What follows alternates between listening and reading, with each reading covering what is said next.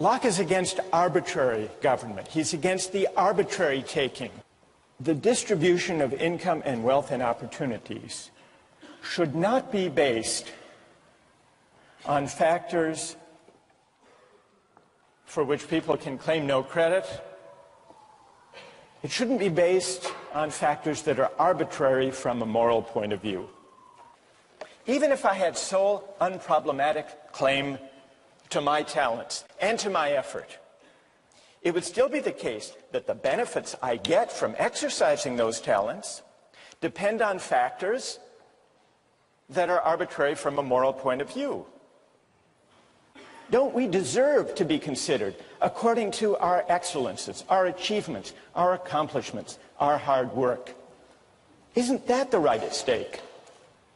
And so if we can't agree on what the ends or the goods of our shared public life consist in, how can we base justice and rights on some notion of what the end or the purpose or the good consists in?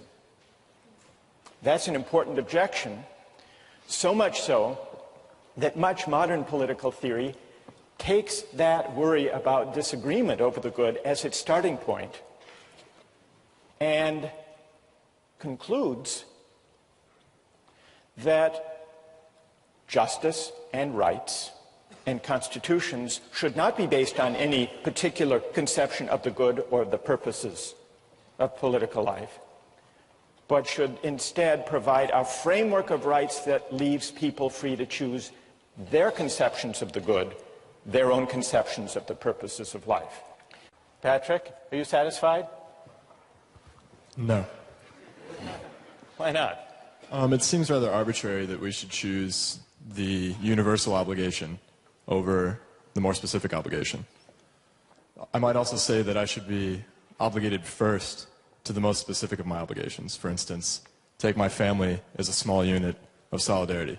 Perhaps I should be first obligated to that unit, and then perhaps to the unit of my town, and then my country, and then the human race. I think the essential element in my mind that makes it a crime is the idea that they decided at some point that their lives were more important than his, and that, I mean, that's kind of the basis for really any crime, right? It's like, my needs, my desires are more important than yours, and mine take precedent. Well, this leaves us one big question. What is the categorical imperative? What is the supreme principle of morality? It seems like an instance of consequentialist reasoning, you're saying. Right. And what's your name? Tim. Tim. Well, Tim, John Stuart Mill agreed with you. He made this criticism of Kant.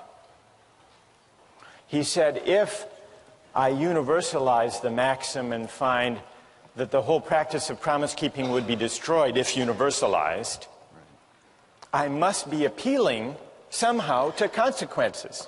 Right. If that's the reason not to tell a false promise. So John Stuart Mill agreed with that criticism against Kant. But John Stuart Mill was wrong. You're in good company, though. You're in good company, Tim. Kant is often read, as Tim just read him, as appealing to consequences. The world would be worse off if everybody lied, because then no one could rely on anybody else's word. Therefore, you shouldn't lie. That's not what Kant is saying exactly, although it's easy to interpret him as saying that.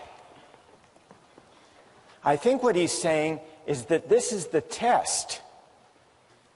This is the test of whether the maxim corresponds with the categorical imperative. It isn't exactly the reason. It's not the reason. The reason you should universalize to test your maxim is to see whether you are privileging your particular needs and desires over everybody else's. It's a way of pointing to this feature, this demand of the categorical imperative, that the reasons for your action shouldn't depend, for their justification, on your interests, your needs, your special circumstances being more important than somebody else's.